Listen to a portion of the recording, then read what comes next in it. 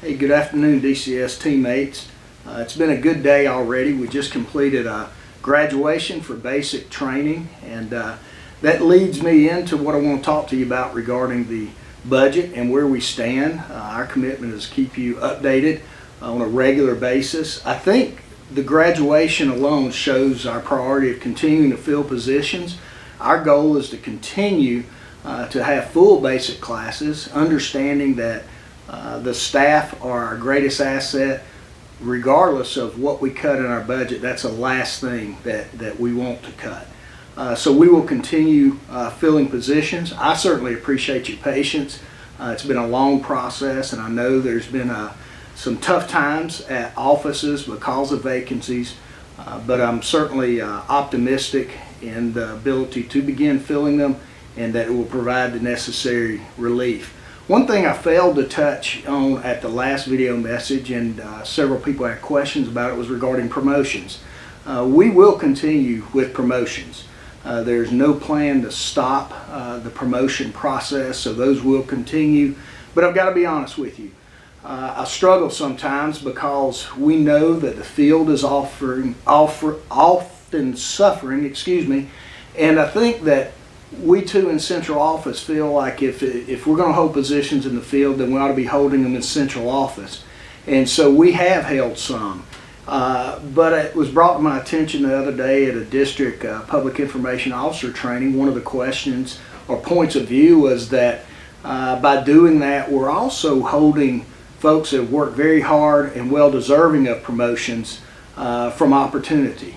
And one promotion can lead to several promotions in the field.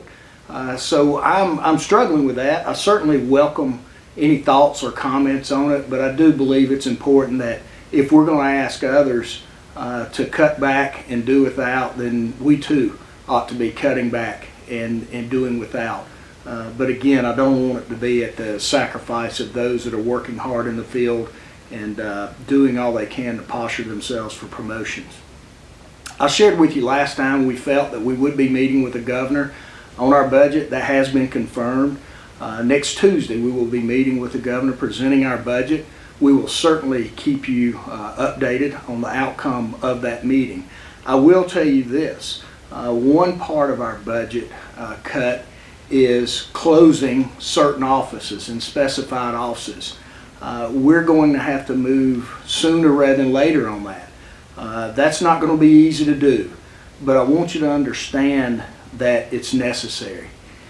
Sometimes we get down to the point, do we keep an office open or do we send someone home? I don't know about you, but we've demonstrated that we can do our work with the technology and the advancements we've made out in the field without offices in certain locations. So I'm going to ask your support on that endeavor and see the good behind it, and that we can actually become better as a result of it. In fact, because of the budget cuts, we've done some good things. Virtual contacts have been well received. That's been a change, and we understand it's going to be a process of change for those in the field. But I appreciate the way that it has been received, and it's going to help us to do our job even better.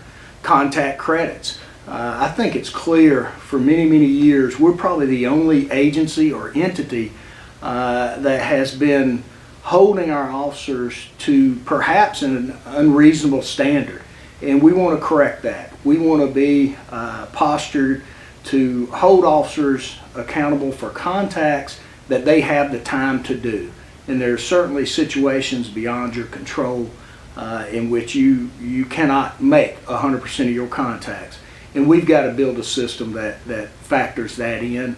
We're looking for a technology solution. Hopefully it's going to be right around the corner, and hopefully you've already heard talks about the contact credit formula and the impact it will have. But I will tell you, with that comes professional discretion.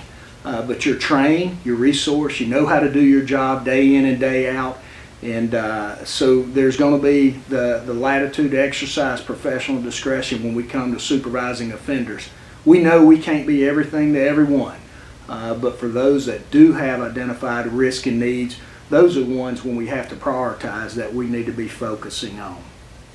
Finally, I'm excited to tell you that at the next Governor's Public Safety Awards, we have 5 DCS officers that will be receiving awards. I think that's absolutely incredible. That speaks directly to the work of these 5 officers, but it also speaks to the work of the agency and what we're doing day in and day out to protect Georgia and make our communities safer.